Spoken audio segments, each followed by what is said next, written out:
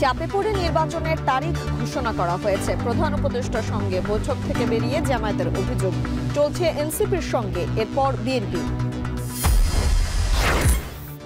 নির্বাচন ঘিরে অশুভ শক্তির তৎপরতা ধীরে ধীরে সামনে আসছে, বললেন তারেক রহমান। পিআর পদ্ধতি মানতে হুমকির অভিযোগ বকশুনে।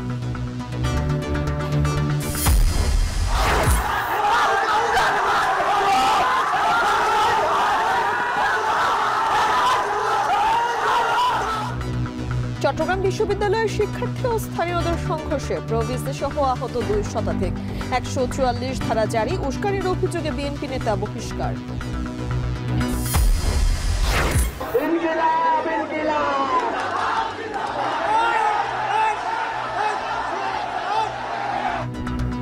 রাকসুতে প্রথম বর্ষের ভোটাধিকারের দাবিতে ছাত্রদল ও ছাত্র শিবির শিক্ষার্থীদের উত্তেজনা। ময়মনসিংহ কৃষি বিশ্ববিদ্যালয়ের ভিসি সহ প্রায় 250 শিক্ষক অবরুদ্ধ। এবং নূরের অবস্থার উন্নতি, সপ্তাহের মধ্যে ছাড়পত্র, জানালেন ডিএমসি পরিচালক। জুলাইয়ের ওপর প্রতিশোধ নিতেই হামলা, দাবি গণ অধিকারের।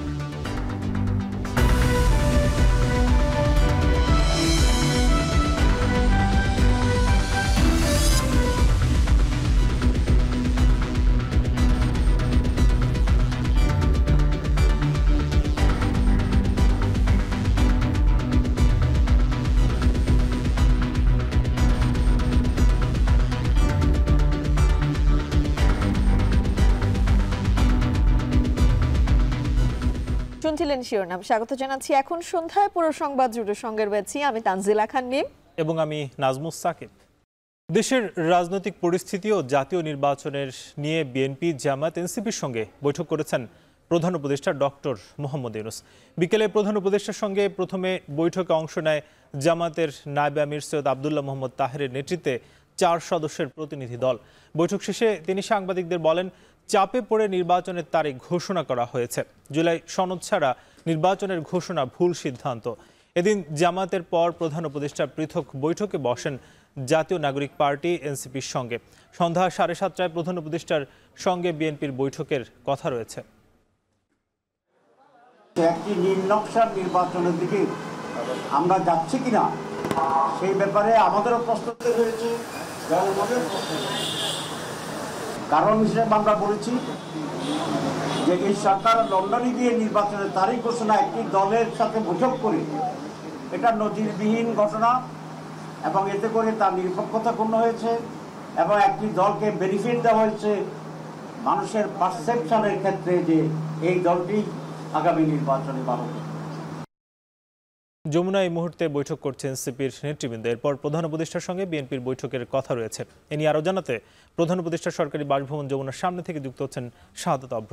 অভ্র, জানাবেন যে এনসিপির প্রতিনিধি দলে কারা থাকছেন এবং বিএনপি নেতারা কি আসতে শুরু করেছেন কিনা, কি তথ্য আছে? সাকিব, এই মুহূর্তে কিন্তু হচ্ছে এনসিপির সাথে বৈঠকটি চলছে প্রধান উপদেষ্টা। সেই বৈঠক থেকে কিন্তু হচ্ছে নির্বাচন এবং আগামী দিনের যেই রোডম্যাপ, জুলাই সনদ, তার সাথে সাথে কিন্তু হচ্ছে সমসাময়িক বিষয় নিয়ে কথা হচ্ছে। আমি যদি একটু দেখাতে চাই যে এই যমুনা যে ভবনটি আছে সেই ভবনের ভেতরে কিন্তু হচ্ছে বেশ কয়েকজন উপদেষ্টা সহ কিন্তু হচ্ছে যেই বৈঠকটি হচ্ছে, এটি কিন্তু হচ্ছে আগামী যে নির্বাচন সেই নির্বাচন কেন্দ্রিক। তার পাশাপাশি কিন্তু বলাই চলে যে আগামীর দিনে আসলে রাজনৈতিক দলগুলোর যেই উদ্বেগ আগামী দিনগুলো নিয়ে সেটির ব্যাপারে কিন্তু কথা হচ্ছে।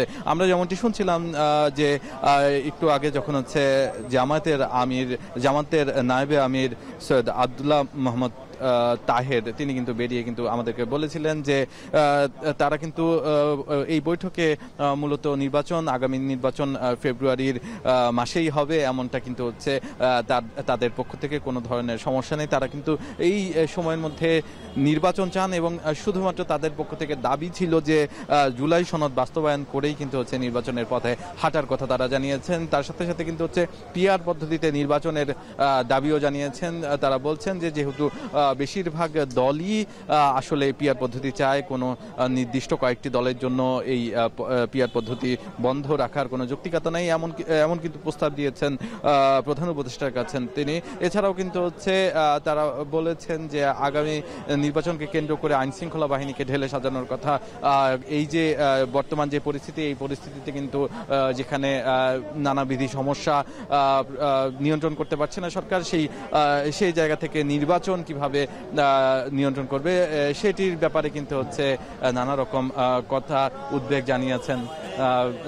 জানানো হয়েছে এই জামায়াতে ইসলামের পক্ষ থেকে। সবকিছু মিলিয়ে যদি আমি আরো একবার বলতে চাই যে এই যে পুরো বৈঠক, সেই বৈঠকে কিন্তু নির্বাচন এবং তার পাশাপাশি কিন্তু নানা ধরনের সংকট এবং নানা ধরনের উদ্বেগের কথা এবং জাতীয় ঐক্যের একটি বিষয় কিন্তু উঠে এসেছে। এই যে এই বৈঠকটি চলছে এখন এনসিপি, এর পরবর্তীতে কিন্তু বিএনপির পক্ষ থেকে একটি বৈঠক হবে এবং সেই বৈঠক শুরু হবে ঠিক 7:30টায়। ইতিমধ্যে বিএনপির বেশ কিছু নেতাকে আমরা দেখতে পেয়েছি, বেশ কিছু প্রতিনিধি দলের সদস্যকেও আমরা দেখতে পেয়েছি। মোট 8 সদস্যের প্রতিনিধি দল এই যমুনায় বৈঠকে অংশ নেবে। এই ছিল আমার কাছে যমুনা থেকে সর্বশেষ। সাকিব। উপদেষ্টার সঙ্গে বিএনপি, এনসিপি এবং জামাতের সঙ্গে যে বৈঠক হচ্ছে সে খবর জানাচ্ছিলেন শাহাদাত অভ্র। সাকিব, চট্টগ্রাম বিশ্ববিদ্যালয়ের ঘটনা নিশ্চয়ই আজ সারাদিন আপনি দেখেছেন। চট্টগ্রাম বিশ্ববিদ্যালয়ের শিক্ষার্থী ও স্থানীয়দের যে সংঘর্ষ হচ্ছে সেখানে প্রভিসি, প্রক্টর, সহকারী প্রক্টর, সাংবাদিক সহ 2 শতাধিক ব্যক্তি আহত হয়েছেন এমন খবর পাওয়া গিয়েছে এবং শনিবার রাতের সংঘর্ষের জের ধরেই সকাল থেকে উত্তপ্ত হয়ে উঠেছিল বিশ্ববিদ্যালয় এলাকা এবং দফায় দফায় সংঘর্ষ, ধাওয়া পাল্টা ধাওয়ায় পুরো এলাকা রণক্ষেত্রে পরিণত হয়েছিল এবং সবকিছু মিলিয়ে আসলে বিশ্ববিদ্যালয়ের পাশের যে জোবরা গ্রাম সেখানেও কিন্তু একটি অস্থিতিশীল পরিবেশ তৈরি হয়েছিল। এবং এই যে বিশাল একটি সংঘর্ষ কাল রাত থেকে শুরু হয়েছে, প্রায় 3.5 ঘন্টা পর কিন্তু আইন শৃঙ্খলা বাহিনী সেখানে আসলে প্রবেশ করেছে। তবে পরিস্থিতি কিন্তু এখনো থমথমে রয়েছে এবং এই যে বলা হচ্ছে যে চট্টগ্রাম কিংবা আশপাশের যে গ্রাম আছে চট্টগ্রাম বিশ্ববিদ্যালয়ের সেই অঞ্চল, সেই জায়গাগুলো ঘিরে 144 ধারা কিন্তু জারি করা হয়েছে আগামীকাল রাত 12টা পর্যন্ত। এ বিষয়ে একটি প্রতিবেদন আছে, দেখে আসবো। লাঠি হাতে একে অপরের দিকে তেড়ে যাচ্ছেন 24 শিক্ষার্থী ও জোবরাবাসী। বৃষ্টির মতো ইট পাটকেল নিক্ষেপ চলছে। ধাওয়া পাল্টা ধাওয়ায় রণক্ষেত্র জোবরা এলাকা। শনিবার রাতের সংঘর্ষের জেরে রোববার দুপুর 12টার পর থেকে চট্টগ্রাম বিশ্ববিদ্যালয়ের শিক্ষার্থী ও স্থানীয়রা আবারও জড়ায় সংঘর্ষে। প্রথমে গ্রামবাসীকে ধাওয়া দিয়ে পিছু হটতে বাধ্য করেন শিক্ষার্থীরা, পরক্ষণেই পাল্টা ধাওয়া দেয় গ্রামবাসী। সংঘর্ষের এক পর্যায়ে চারপাশ থেকে শিক্ষার্থীদের আক্রমণ করে গ্রামবাসী। এ সময় আহত হন বহু শিক্ষার্থী। আহতদের মেডিকেল সেন্টারে নেন সহপাঠীরা। প্রভিসি স্যারকে কিভাবে মারছে, আমাদের স্যারকে মারছে, আমাদের কোনো শিক্ষার্থী নিরাপত্তা নাই। 1000 স্টুডেন্টকে তারা ঘুরাই দিয়েছে, আমাকে সামনে যেতে দেয়নি। এরকম ভাবে সব স্টুডেন্টকে বিচ্ছিন্ন করার পর আমাদের ভাইরা মাইর খাইছে। আমরা গেছিলাম যখন সংঘর্ষ চলছিল, আমি গণমাধ্যম কর্মী হিসাবে সেখানে গিয়ে খবর সংগ্রহ করছিলাম। ঠিক এমন সময় এলাকাবাসী শিক্ষার্থীদের ধাওয়া দেয়। এই সময় আমি পরিচয় দিই যে আমি খবরের কাগজের ক্যাম্পাস প্রতিনিধি, তারপরেও তারা আমার কথা শোনেনি এবং আমাকে লাঠি দিয়ে বেধড়ক পেটাতে থাকে। অসংখ্য স্টুডেন্ট এখানে থামানোর চেষ্টা করছিল, ওরা কারো পাত্তা দেয় না। ওরা পারে না যে ওদের যারা থামাতে যাচ্ছে ওদেরকে পিটাচ্ছে। উস্কানি দিয়ে এই ঘটনাটা বাড়াবে। আমি তাদেরকে 100 বার আমি পা ধরা বাকি ছিল এদেরকে। আইন শৃঙ্খলা রক্ষা বাহিনীর উপস্থিতি না থাকায় পরিস্থিতি ভয়াবহ রূপ নেয়। এক পর্যায়ে সংবাদ সংগ্রহ করতে গিয়ে আহত হয় এখন টেলিভিশনের চিত্র সাংবাদিক সহ অন্তত 5 সাংবাদিক। পরিস্থিতি পর্যবেক্ষণে গিয়ে বিশ্ববিদ্যালয়ের প্রভিসি, প্রক্টর, সহকারী প্রক্টরও আহত হন। সেনাবাহিনীর জিওসি সহ আইনশৃঙ্খলা বাহিনীর সদস্যদের সাথে কথা বলেও কোনো সহযোগিতা না পাওয়ার অভিযোগ করেন প্রভিসি। ছাত্রলীগের ক্যাডাররা গ্রামবাসীর সঙ্গে ঢুকে হামলা চালিয়েছে বলেও অভিযোগ করেন তিনি। প্রত্যেকটা ছাত্রকে দাঁড় দিয়ে কোপাচ্ছে, সব দিকে কোপাচ্ছে। এটা কোন জায়গাতে আছি আমরা? আমরা আমাদের ছাত্রদেরকে উদ্ধার করার জন্য বলেন, আপনারা সব জায়গায় বলেন। আমরা ওদের তুলনায় অনেক ভালো আছি। আমাদের ফটনার আহত, আবার প্রভিসি একাডেমিক আহত, আমাদের সকল শিক্ষককে মারছে, আমার সকল ছাত্রদেরকে মারছে, সকল ছাত্রলীগের ক্যাডাররা, সকল বড় বড় ক্যাডাররা এখানে ঢুকে হেলমেট পরে তারা আমাদের শিক্ষার্থীদেরকে মারতেছে।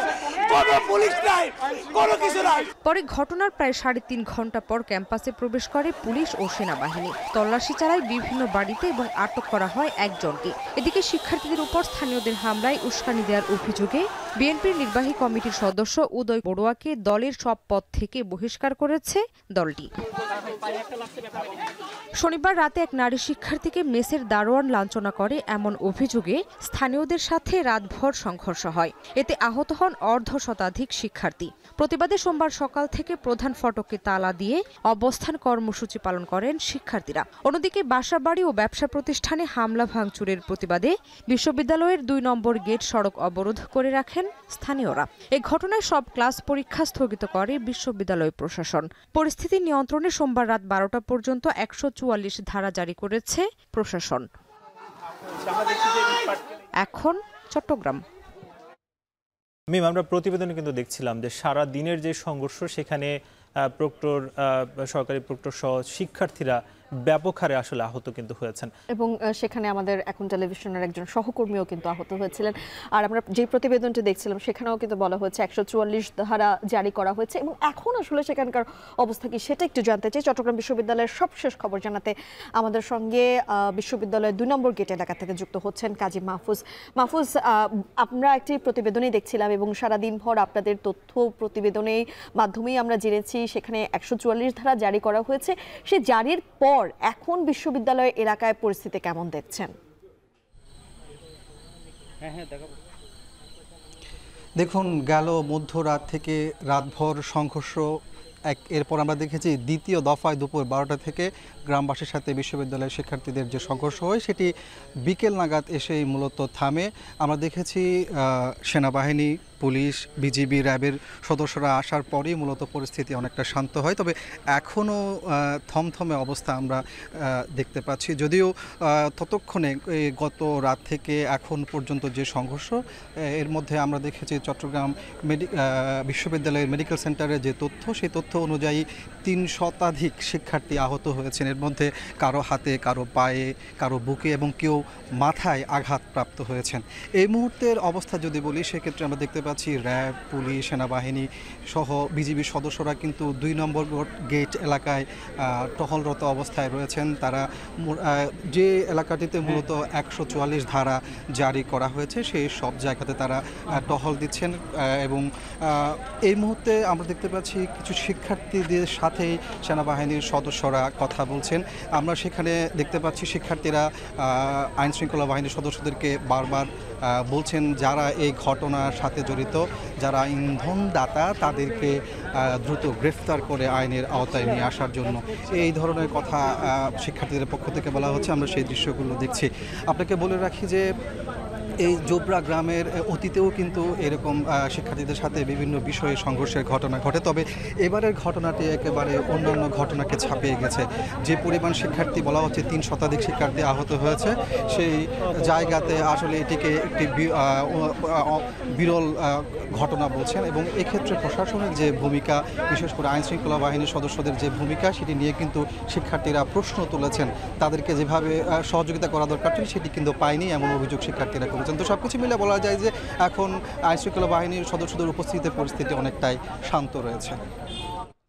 চট্টগ্রাম বিশ্ববিদ্যালয় থেকে সরাসরি যুক্ত হয়েছিলেন সহকর্মী কাজী মাহফুজ। রাকসু নির্বাচনে প্রথম বর্ষের শিক্ষার্থীদের ভোটার তালিকা অন্তর্ভুক্তের জন্য কিন্তু ছাত্র দলের যারা আছেন নেতাকর্মী তারা কিন্তু অবস্থান কর্মসূচি পালন করছিলেন এবং সেটাকে ঘিরে এক প্রকার উত্তেজনা ছড়িয়েছে কিন্তু রাজশাহী বিশ্ববিদ্যালয় এবং কোষাধ্যক্ষের কার্যালয়ে তালা মারার ঘটনা কিন্তু ঘটেছে এবং ছাত্র শিবির এবং ছাত্র দলের মধ্যে সেটাকে নিয়ে এক প্রকার উত্তেজনা তৈরি হয়েছিল। তবে কিছু সময় বন্ধ থাকায় সন্ধ্যা ৭টা পর্যন্ত মনোনয়ন ফর্ম বিতরণের সময়টিও বাড়ানো হয়েছে এবং পরিস্থিতি নিয়ন্ত্রণে ক্যাম্পাসে জোরদার করা হয়েছে আইনশৃঙ্খলা বাহিনীর উপস্থিতি। এদিকে প্রথম বর্ষের শিক্ষার্থীদের ভোটার তালিকায় অন্তর্ভুক্তির বিষয়ে উপাচার্যের সাথে আজই বৈঠক করবে নির্বাচন কমিশন। বিস্তারিত জানাচ্ছেন মারুফ হাসান।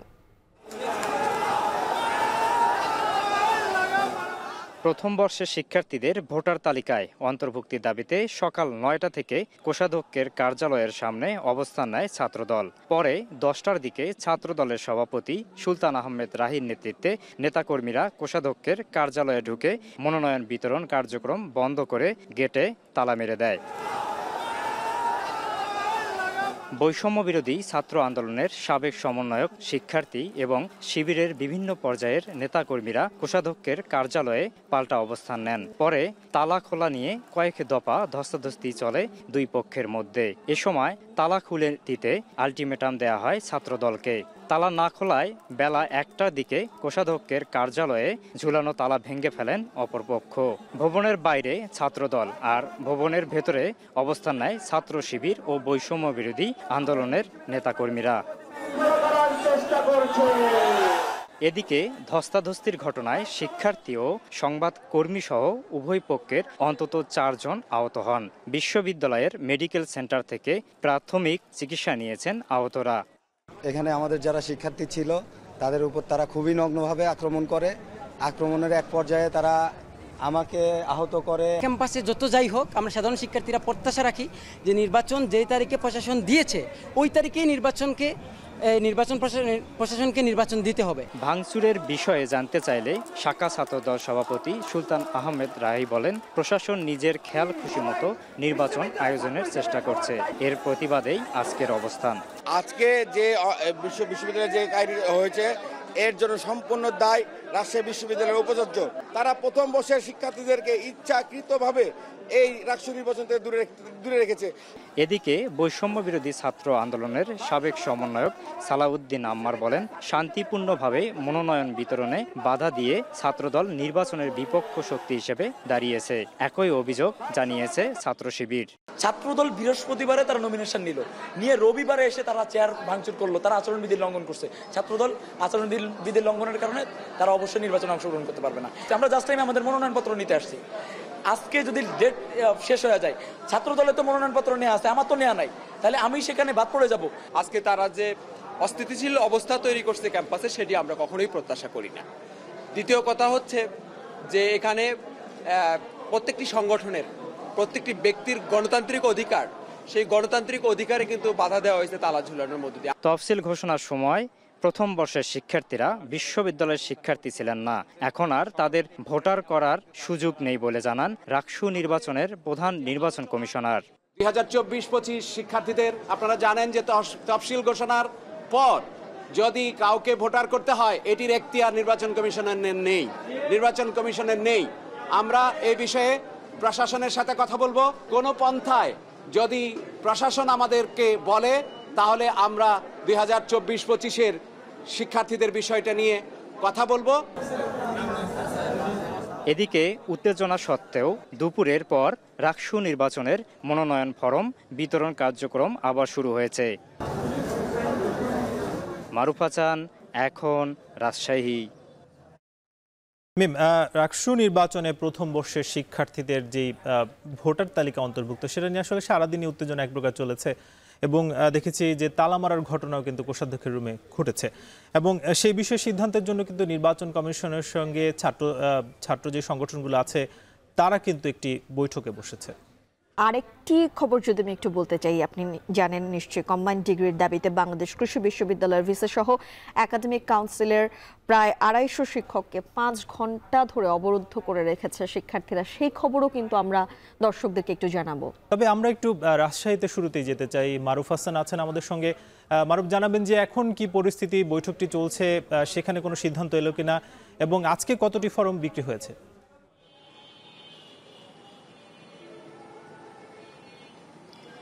ধন্যবাদ সাকিব। আপনি জানেন যে সকাল থেকে রাজশাহী বিশ্ববিদ্যালয়ের কেন্দ্রীয় ছাত্র সংসদ নিয়ে শিক্ষার্থী এবং এখানে ছাত্র দল সহ অন্যান্য যেসব রাজনৈতিক দল আছেন তাদের মধ্যে হাতাহাতি হয়। এক পর্যায়ে এখানে আমরা দেখেছি যে বেশ কয়েকজন শিক্ষার্থী সহ ছাত্র দলের নেতাকর্মীরা গুরুতর আহত হয়। পরবর্তীতে তাদেরকে কিন্তু মেডিকেলে নিয়ে যাওয়া হয়।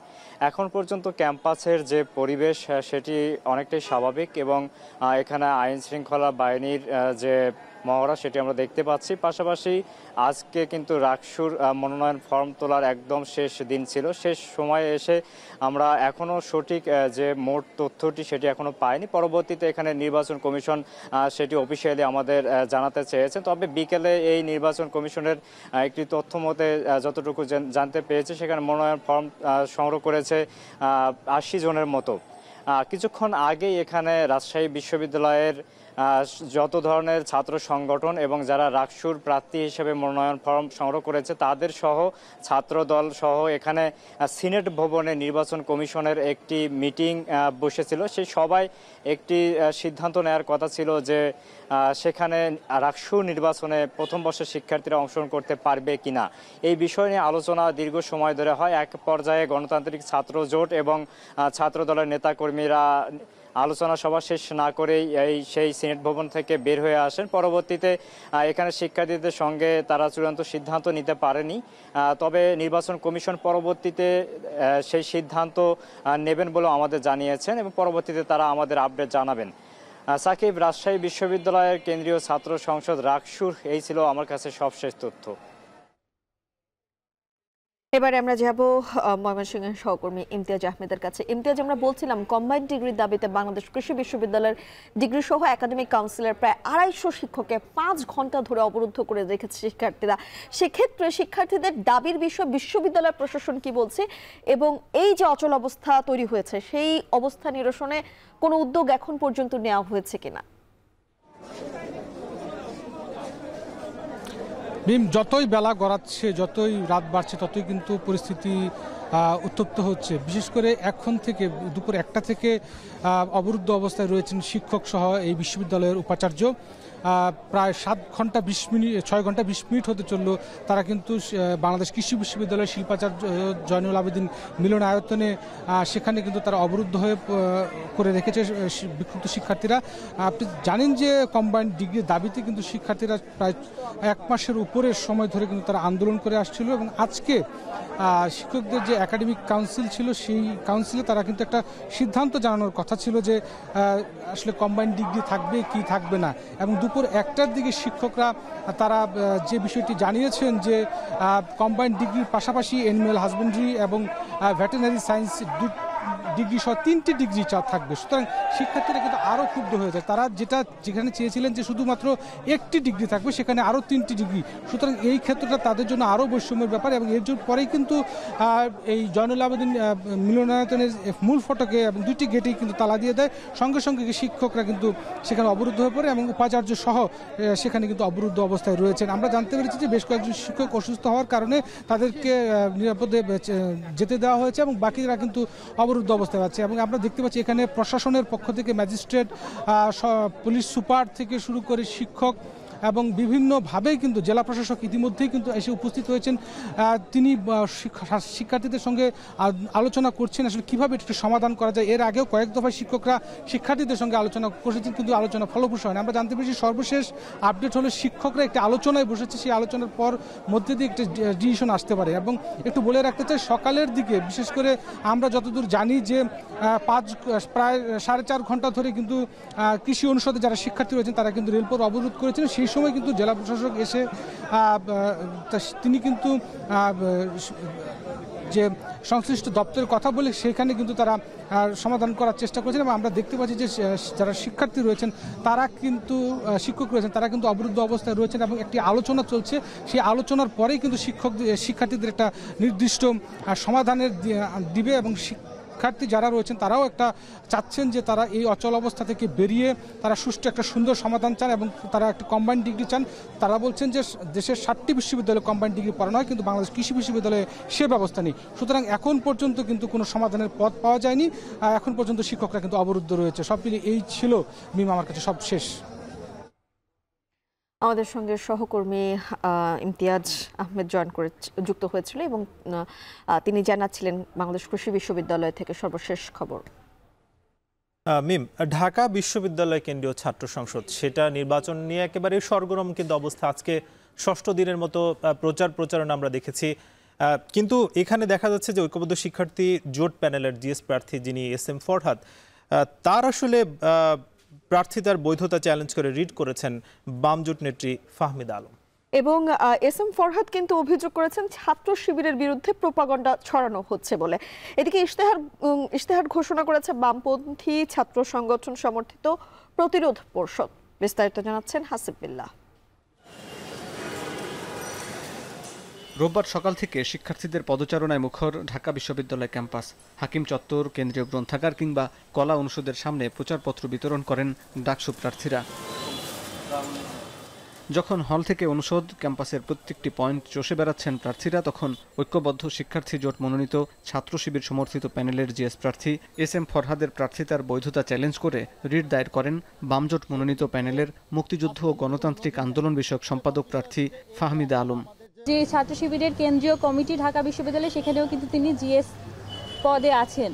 হ্যাঁ, তো সেই জায়গা থেকে বাংলাদেশ ইসলামী ছাত্র শিবিরের যে ঐতিহাসিক যে ভূমিকা এবং ঐতিহাসিক যেই স্ট্যান্ড বাংলাদেশের মুক্তিযুদ্ধের বিরুদ্ধে, সেটি আসলে আমাদের ডাকসুর যে গঠনতন্ত্র, ডাকসুর যে মূল লক্ষ্য এবং উদ্দেশ্য, সেটির সাথে সরাসরি বিরোধিতা করে। এদিকে ডাকসুর সামনে সংবাদ সম্মেলনে SM ফরহাদ বলেন, আদালতের সিদ্ধান্তকে স্বাগত জানাবে ছাত্র শিবির। মুক্তিযুদ্ধ সবার, কোনো নির্দিষ্ট পক্ষকে মুক্তিযুদ্ধের ঠিকাদারির দায়িত্ব দেওয়া হয়নি।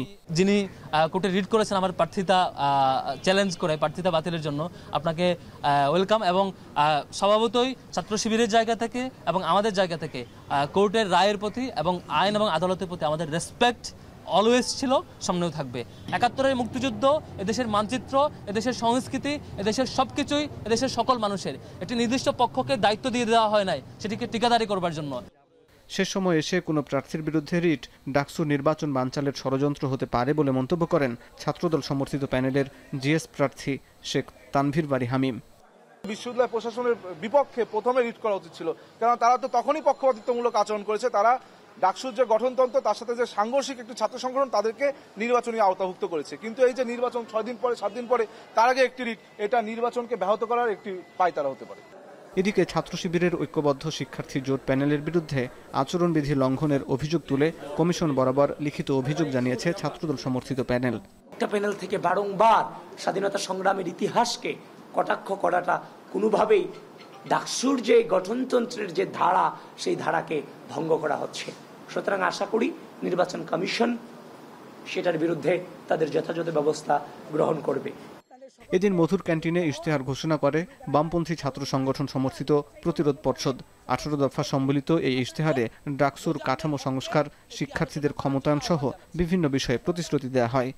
জনগণের অপূরিত মুক্তির আকাঙ্ক্ষাকে ধারণ করে সর্বব্যাপী নব্য ফ্যাসিবাদী তৎপরতার বিরুদ্ধে লড়াই জারি রাখার অঙ্গীকার নিয়ে প্রতিরোধ পর্ষদের ইশতেহার ঘোষণা করছি। 1. ডাকসু কাঠামোর সংস্কার ও ক্ষমতা বৃদ্ধি। একাডেমিক ক্যালেন্ডারে কেন্দ্রীয় ও হল সংসদ নির্বাচনের তারিখ সুনির্দিষ্ট করা। এদিন ছাত্র সংগঠনগুলোর বাইরে প্রচারণায় অংশ নেন স্বতন্ত্র প্রার্থীরাও। ক্যাম্পাস নিয়ে তাদের ভাবনা শিক্ষার্থীদের কাছে তুলে ধরেন। অনেক প্রার্থী যারা নির্বাচনকে কেন্দ্র করে ফান্ড কালেক্ট করেছে অনলাইনে প্রকাশ্যে ঘোষণা দিয়ে, আবার অনেকে আপনার যাদের দলীয় টাকা রয়েছে বা অন্য জায়গা থেকে টাকা নিয়ে আসছে, তারা সেই টাকাগুলো শিক্ষার্থীদের মাঝে ছড়াচ্ছে। প্রশাসনকে বলবো, আপনারা আচরণবিধি লঙ্ঘনের ব্যাপারে পদক্ষেপ নিন। আপনারা ন্যূনতমভাবে আচরণবিধি লঙ্ঘনের ব্যাপারে পদক্ষেপ নিচ্ছেন না, টাকা ছড়াছড়ি হচ্ছে, এটা তো সবচাইতে বাজে জিনিস। আগামী 9 সেপ্টেম্বর ডাকসু নির্বাচন ঘিরে 7 সেপ্টেম্বর থেকে 4 দিনের ছুটি ঘোষণা করেছে বিশ্ববিদ্যালয় প্রশাসন। তবে প্রশাসনের এই সিদ্ধান্তে ক্ষুব্ধ প্রতিক্রিয়া জানিয়েছে প্রার্থীরা। তাদের দাবি, লম্বা ছুটি পেয়ে অনেক শিক্ষার্থী বাড়ি চলে যেতে পারেন। হাসিব বিল্লাহ, এখন, ঢাকা। অশুভ শক্তির তৎপরতা ধীরে ধীরে দৃশ্যমান হয়ে উঠেছে। কোনো কোনো দল দলীয় স্বার্থ চরিতার্থ করতে নানা শর্ত দিচ্ছে বলে মন্তব্য করেছেন বিএনপির ভারপ্রাপ্ত চেয়ারম্যান তারেক রহমান। বিকেলে বিএনপির 47তম প্রতিষ্ঠাবার্ষিকী উপলক্ষে রাজধানীতে এক আলোচনা সভায় একথা বলেন তিনি। তারেক রহমান বলেন, নির্বাচনের মাধ্যমে সরকার গঠন না হলেও গণতন্ত্র ঝুঁকিমুক্ত নয়। অনুষ্ঠানে দলটির মহাসচিব মির্জা ফখরুল বলেন, জনগণ কারো হুমকিতে মাথা নত করবে না, ঐক্যবদ্ধভাবে নির্বাচনের দিকে যেতে হবে। আরো জানাচ্ছেন সিফাত শাহরিয়ার। নির্বাচনী রোডম্যাপ ঘোষণার পর থেকে রাজনীতির মাঠ যেন আরো উত্তপ্ত। অস্থিতিশীলতা বেড়েছে চারদিকে। সমগ্র বিএনপিকে একত্রিত করি। বিএনপির শীর্ষ নেতারা এটিকে নির্বাচন বানচালের ষড়যন্ত্র হিসেবে দেখছেন। রমনার ইঞ্জিনিয়ারিং ইনস্টিটিউটে বিএনপির 47তম প্রতিষ্ঠাবার্ষিকীর আলোচনা সভায় বক্তাদের কণ্ঠেও একই সুর। নির্বাচন পর্যন্ত সময়টা খুব সংবেদনশীল উল্লেখ করে দলের স্থায়ী কমিটির সদস্য হাফিজ উদ্দিন আহমেদ বলেন, দেশ বিরোধী ষড়যন্ত্র কঠোর হস্তে দমন করতে হবে, আর দেশ গড়তে ঐক্যবদ্ধভাবে সবাইকে কাজ করার আহ্বান জানান স্থায়ী কমিটির আরেক সদস্য আমির খসরু মাহমুদ চৌধুরী। যে কোনোভাবে হোক জনগণকে সাথে নিয়ে এই সকল ষড়যন্ত্রকে আমরা রুখে দেব। আমরা শুধুমাত্র যদি কোনো বহিঃশত্রু আমাদেরকে আক্রমণ করে, বাংলাদেশের 18 কোটি মানুষ আমরা হব যোদ্ধার জাতি। সমাজের সর্বস্তরের মানুষ আজকে জনাব তারেক রহমানের নেতৃত্বে আগামীর বাংলাদেশের স্বপ্ন দেখছেন। বন্ধুগণ, তাহলে আমাদের কি করতে হবে? তারেক রহমানের সেই স্বপ্ন বাস্তবায়ন করতে হলে, সেই রাজনৈতিক সংস্কৃতি পরিবর্তন করতে হলে আমাদেরকে তো একসাথে কাজ করতে হবে, তাই না? অনুষ্ঠানে আরেক শীর্ষ নেতা খন্দকার মোশাররফ হোসেন বলেন, আওয়ামী লীগের সাথে কিছু গ্রুপ নির্বাচন দেরি করানোর ষড়যন্ত্রে নেমেছে। আর বিএনপি মহাসচিব মির্জা ফখরুল ইসলাম আলমগীর বলেন, একটি মহল জনগণকে ভিন্ন খাতে প্রভাবিত করার চেষ্টা করছে। এই নির্বাচনকে সফল করতে হবে, যাতে করে দেশের মানুষ নিজের হাতে ভোট দিয়ে তাদের পছন্দসই তাদের সংসদ সদস্য সংসদে পাঠাতে পারে, তারা জনগণের সরকার প্রতিষ্ঠা করতে পারে। আমরা কারো হুমকিতে মাথা নত করতে বাংলাদেশের মানুষ রাজি নয়। আপনারা নিশ্চয়ই বাংলাদেশে একটা নির্বাচনের মাধ্যমে গণতান্ত্রিক সরকার দেখতে চাচ্ছেন না। তাহলে আজকে আমাদেরকে ঐক্যবদ্ধ হয়ে সেই গণতান্ত্রিক সরকার প্রতিষ্ঠা করবার জন্য আমাদের নেতা জনাব তারেক রহমানের নির্দেশে হাত ধরে আমরা সব ঐক্যবদ্ধ হয়ে আমরা সেই লক্ষ্যে এগিয়ে যাব। ইনশাআল্লাহ নির্বাচনের মধ্য দিয়ে আমরা জনগণের সরকার প্রতিষ্ঠা করি। শেষে ভার্চুয়ালি যুক্ত হয়ে দলের ভারপ্রাপ্ত চেয়ারম্যান তারেক রহমান অশুভ শক্তির তৎপরতা ধীরে ধীরে দৃশ্যমান হয়ে উঠেছে উল্লেখ করে বলেন, গণ অভ্যুত্থানে পলাতক শক্তি সুযোগের অপেক্ষায় রয়েছে। যতক্ষণ পর্যন্ত একটি অবাধ, সুষ্ঠু এবং নিরপেক্ষ নির্বাচনের মাধ্যমে জনগণের সরাসরি ভোটে জনগণের কাছে দায়বদ্ধ, জনগণের কাছে জবাবদিহিমূলক একটি গণতান্ত্রিক সরকার প্রতিষ্ঠিত না হবে, ততক্ষণ পর্যন্ত গণতন্ত্র ঝুঁকিমুক্ত নয়। গণতন্ত্র যতবার হুমকিতে পড়েছে ততবার বিএনপির নেতৃত্বে দেশ ঘুরে দাঁড়িয়েছে বলে মন্তব্য করেন তারেক রহমান। জনপ্রত্যাশা পূরণে যদি সিফাত শাহরিয়ার, এখন ঢাকা। যমুনায় প্রধান উপদেষ্টার সাথে বৈঠক শেষে বেরিয়ে কথা বলছেন এনসিপি নেতৃবৃন্দ। যুক্ত হব সেখানে। সেটাকে আমলে নিয়ে যথাযথ যেন পদক্ষেপ গ্রহণ করা হয়। আরেকটি বিষয় আমরা বলেছি যে ইতিমধ্যে জাতীয় ঐক্যমত কমিশন জুলাই সনদের চূড়ান্ত পর্যায়ে আছে, এখনও চূড়ান্ত হয়নি। সেই জুলাই সনদের আইনি ভিত্তির জন্য আমরা বলেছি, জুলাই সনদের আইনি ভিত্তি এবং সাংবিধানিক ভিত্তির জন্য আগামী যে নির্বাচনটি হবে সেই নির্বাচনটি যেন অবশ্যই গণপরিষদ নির্বাচন হয় এবং সেই গণপরিষদের নির্বাচনের মাধ্যমে বাংলাদেশের দীর্ঘ 55-54 বছরের যে রাজনৈতিক সংকট, যে একক ব্যক্তিকেন্দ্রিক যে স্বৈরতান্ত্রিক মনোভাব কিংবা কাঠামো গড়ে উঠছে, সেটার স্থায়ী সমাধানের জন্য আমরা মনে করি আগামী নির্বাচনটি গণপরিষদ নির্বাচন অনুষ্ঠিত হয়ে এবং সেটা নতুন সংবিধান প্রণয়ন করবে। একই সাথে আমরা দেখেছি বর্তমান যে নির্বাচন কমিশন আছে, এই কমিশন গঠনের সময় আমরা তখন নাগরিক কমিটির পক্ষ থেকে প্রতিবাদ জানিয়েছিলাম এবং এখনও আমরা প্রধান উপদেষ্টার দৃষ্টি আকর্ষণ করছি সেই বিষয় যে নির্বাচন কমিশন তাদের সক্ষমতা এবং নিরপেক্ষতার বিষয় যেন প্রধান উপদেষ্টা ভূমিকা রাখেন। কারণ আপনারা দেখতে পাচ্ছেন কিছুদিন পূর্বেও একটি নির্বাচন করার পূর্বে যা সীমানা নির্ধারণ নিয়ে ইসি ভবনের মধ্যে যেভাবে হচ্ছে অন্য পক্ষকে যেভাবে হামলা করা হয়েছে, সেই বিষয়টি আসলে ইসির সক্ষমতা এবং একই সাথে তার নিরপেক্ষতা নিয়েও প্রশ্ন আসছে। একই সাথে আমরা আরেকটি বিষয় গত কয়েকদিন ধরে লক্ষ্য করেছি যে সরকারের পক্ষ থেকে কিন্তু গত 3টি নির্বাচন যে জুলাই ঘোষণাপত্র দেওয়া হয়েছে, সেই ঘোষণাপত্রে সরকার উল্লেখ করেছেন গত 3টি নির্বাচন অবৈধ নির্বাচনের মাধ্যমে ফ্যাসিস্ট সরকার এখানে চেপে বসেছে। ফলশ্রুতিতে সেই 3টি অবৈধ নির্বাচনে সরাসরি ফ্যাসিস্টের সহযোগী হিসাবে এবং নির্বাচনকে অবৈধ নির্বাচনকে বৈধতা দানের জন্য জাতীয় পার্টি সরাসরি অংশগ্রহণ করেছে। শুধু তাই নয়, গত নির্বাচনে আপনারা দেখেছেন যে জাতীয় পার্টির পক্ষ থেকে যে নির্বাচনী প্রচারণা পোস্টারগুলা করা হয়েছে, সেখানে তারা বর্তমান যে জাতীয় পার্টির 2 গ্রুপের যে মহাসচিব মজিবুল হক চুন্নু এবং হচ্ছে শামীম হায়দার পাটোয়ারি, তাদের পোস্টারে সুস্পষ্ট লেখা আওয়ামী লীগ মনোনীত প্রার্থী। তার মানে জাতীয় পার্টি এবং আওয়ামী লীগের মধ্যে কোনো পার্থক্য নাই। এবং যেহেতু রাষ্ট্রীয়ভাবে আওয়ামী লীগের সাংগঠনিক কার্যক্রম স্থগিত করা হয়েছে এবং আমরা দেখতে পাই জাতীয় পার্টি আওয়ামী লীগকে নির্বাচনে আনার জন্য প্রকাশ্যে একটা নিষিদ্ধ সংগঠনের বিষয়ে প্রকাশ্যে অবস্থান নিছে। ফলশ্রুতিতে নিষিদ্ধ সংগঠনের বিষয়, সন্ত্রাসী কার্যক্রমের বিষয়ে সুস্পষ্ট অবস্থান নেওয়া এবং বিগত সময় অবৈধ সংসদকে বৈধতা দানের তাদের যে পদক্ষেপ, সে বিষয়গুলো আমলে নিয়ে জাতীয় পার্টির সাংগঠনিক কার্যক্রম যেন স্থগিত করার বিষয়ে সরকার আরও বেশি কার্যকর হয়, সেই বিষয়টি আমরা প্রধান উপদেষ্টাকে আমলে নেওয়ার জন্য বলেছি। স্বরাষ্ট্র উপদেষ্টা জাহাঙ্গীর আলম চৌধুরী বলেছেন, রাজনৈতিক দলগুলোর দায়িত্ব নির্বাচনের নিরপেক্ষতা নিশ্চিত করা আর আইন শৃঙ্খলা রক্ষা বাহিনীর দায়িত্ব নিরাপত্তা দেয়া। সকালে দেয়া স্বরাষ্ট্র মন্ত্রণালয়ের আইন শৃঙ্খলা সংক্রান্ত কোর কমিটির বৈঠকের পর এমন মন্তব্য করেন তিনি। কতটা সুষ্ঠু, অবাধ, নিরপেক্ষ এবং নিরাপদ হবে তা নির্ভর করে নির্বাচনে অংশগ্রহণকারী রাজনৈতিক দলগুলির উপর।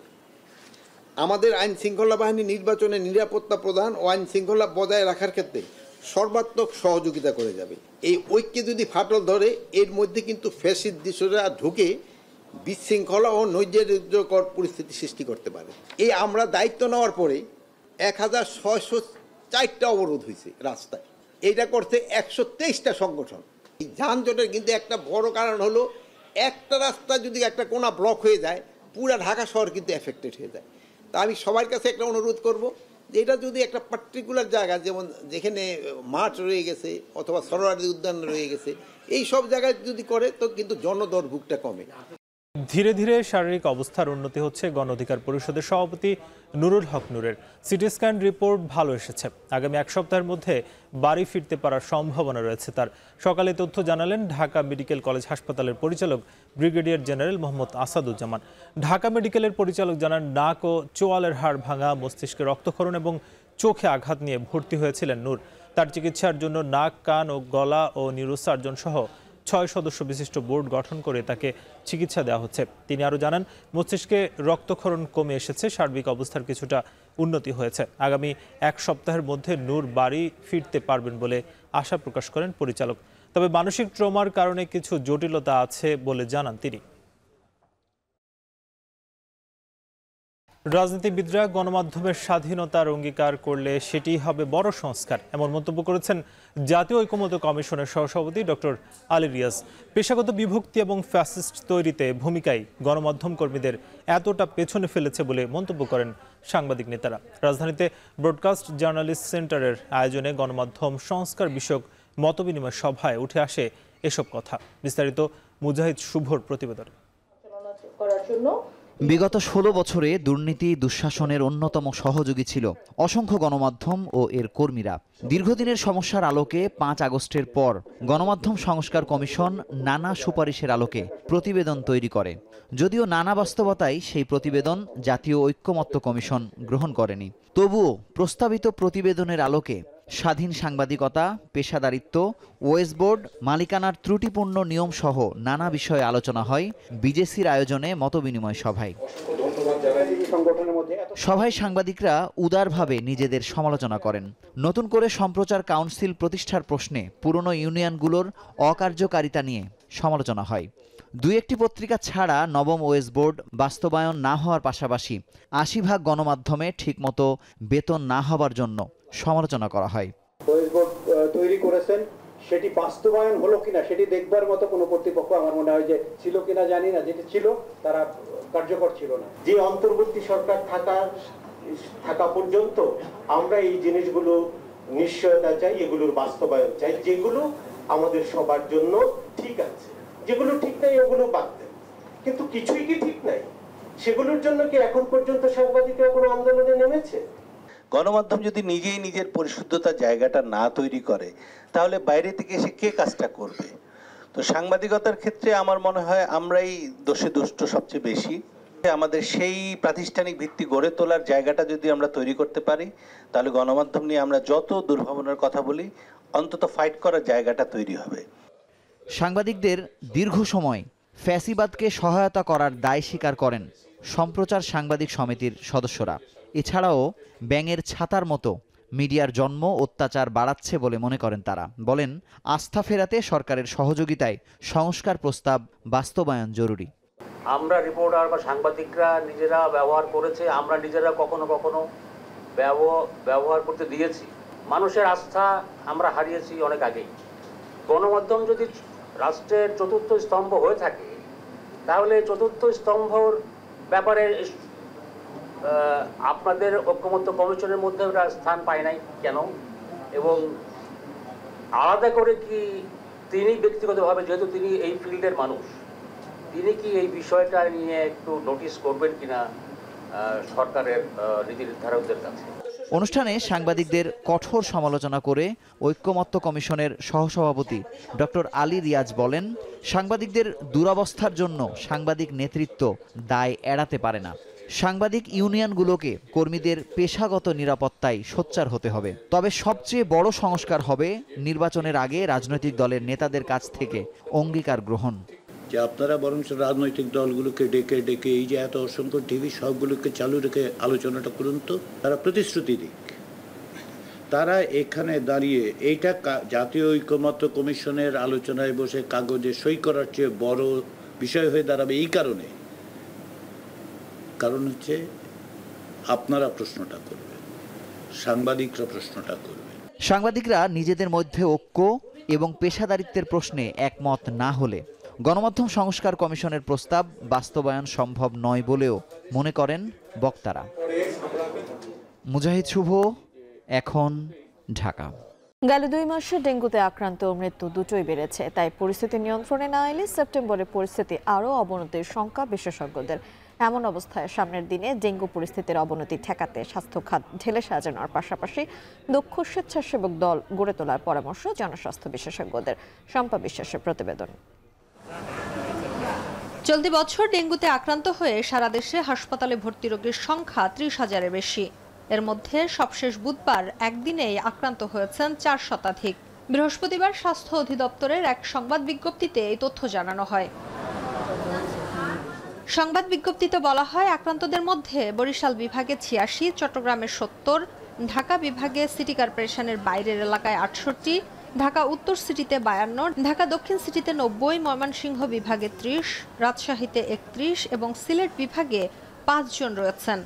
এছাড়াও বৃহস্পতিবার একই দিনে হাসপাতাল থেকে ছাড়পত্র পেয়েছেন 4 শতাধিক ডেঙ্গু রোগী।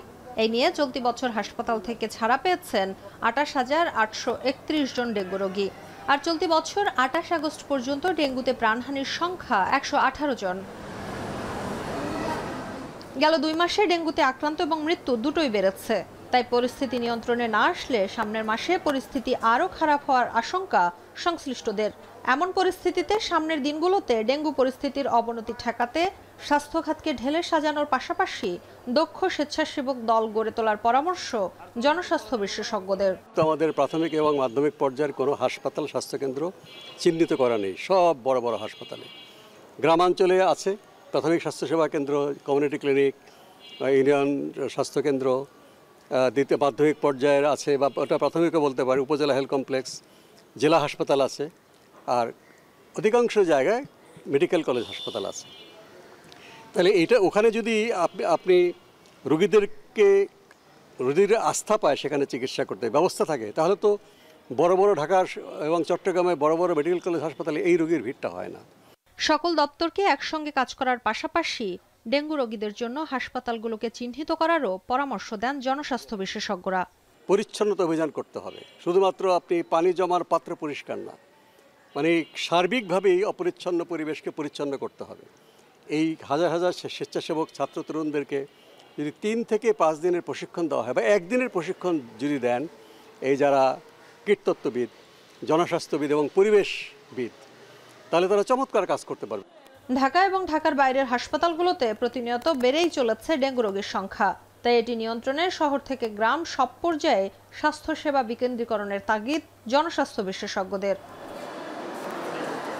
শম্পা বিশ্বাস, এখন, ঢাকা। সাফ অনূর্ধ্ব 17 নারী চ্যাম্পিয়নশিপে নিয়ম রক্ষার ম্যাচে ভারতের বিপক্ষে 4-3 গোলে জিতেছে বাংলাদেশ। ভুটানের চ্যাংলি মিথান স্টেডিয়ামে মাত্র 30 সেকেন্ডে গোল উৎসবে মাতে বাংলাদেশ। মামুনি চাকমার পাসে হেড থেকে গোল করেন পূর্ণিমা। ফুটবলে বয়সভিত্তিক এই টুর্নামেন্টে এটাই দ্রুততম গোলের রেকর্ড। 8 মিনিটের ব্যবধানে আনুষ্কা কুমারের গোলে সমতায় ফেরে ভারত। 33 মিনিটে ভারতের ডিফেন্ডারদের অমনোযোগিতায় প্রথমে সৌরভী আকন্দের কাছে সুযোগ আসে গোল করার। তবে এই ফরওয়ার্ড সেটা হাতছাড়া করলে আরেক খেলোয়াড় আলপি আক্তার কাজে লাগিয়েছে দারুণভাবে। বিরতির আগে 2-1 ব্যবধানে এগিয়ে থেকে বিরতিতে যায় বাংলাদেশ। দ্বিতীয়ার্ধের শুরুতে আবারও বাংলাদেশের গোল উৎসব। একাই ডি বক্সের ভেতরে ঢুকে গোল করেন সৌরভী। পরে দারুণভাবে দুই গোল করে ম্যাচে ফিরে ভারত। শেষ পর্যন্ত বাংলাদেশের ডেরায় গোল উৎসবে নিজেদের শেষ ম্যাচে জয় নিয়ে মাঠ ছাড়ে বাংলাদেশ। শেষ করছি এখন সন্ধ্যা। এখন টেলিভিশন ওয়েবসাইটে দেখতে ভিজিট করুন এখন.tv। এছাড়া ফেসবুকে যুক্ত হতে পারেন facebook.com/tvdekhan, ইউটিউবে দেখতে পারেন youtube.com/c/echontv।